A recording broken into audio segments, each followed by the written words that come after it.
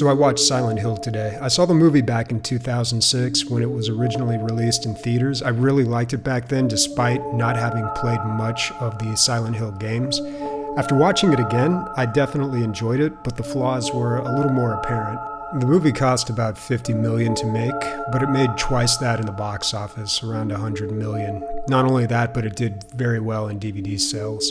So it was a successful movie financially. However, the critics didn't really care for it at the time. There aren't any real notable actors in it except Sean Bean, who most people know as Ned Stark from the Game of Thrones series, but he's been in all sorts of things.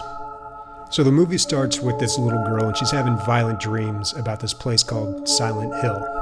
The mother, trying to cure the child, decides to take her there.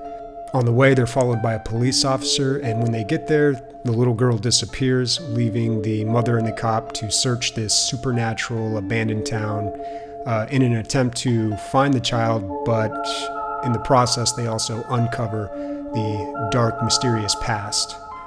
Silent Hill does a lot of things right. The CGI looks great. Even in 2019, it still holds up. There's a few scenes that really stand out.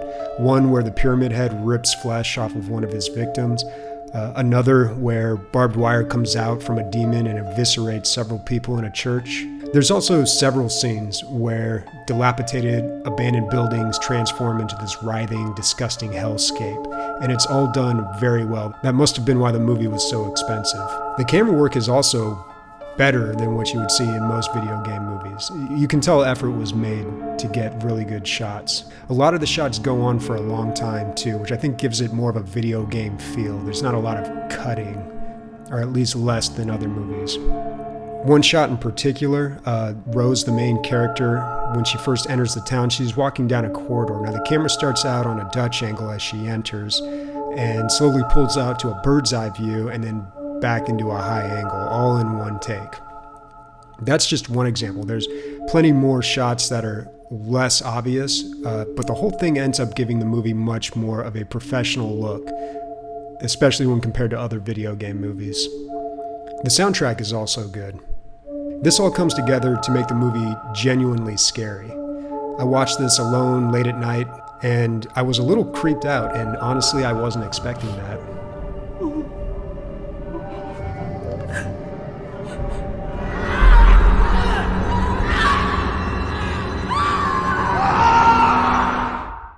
Now, there are issues with the movie.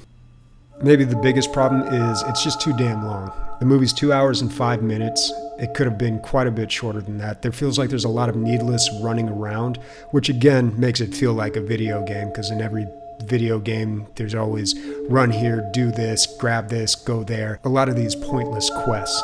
In addition to being too long, the movie is also a little too complicated for its own good. Now, I didn't play a lot of Silent Hill. Maybe if you've played through these games, you're more familiar with the story. But to the average person, it comes off a bit unnecessarily complex.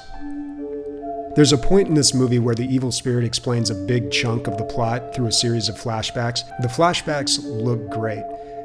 They're shown in this grainy, scratched film stock that looks really cool. But what happens at this part is a ton of exposition is just dropped on you all of a sudden and very quickly, and you almost feel like you need to take notes. Now, overall, the positives greatly outweigh the negatives on this one. This is definitely one of the better video game movies, and it's managed to please both fans of Silent Hill and also the general audience who isn't familiar with the source material, and that's very difficult to do.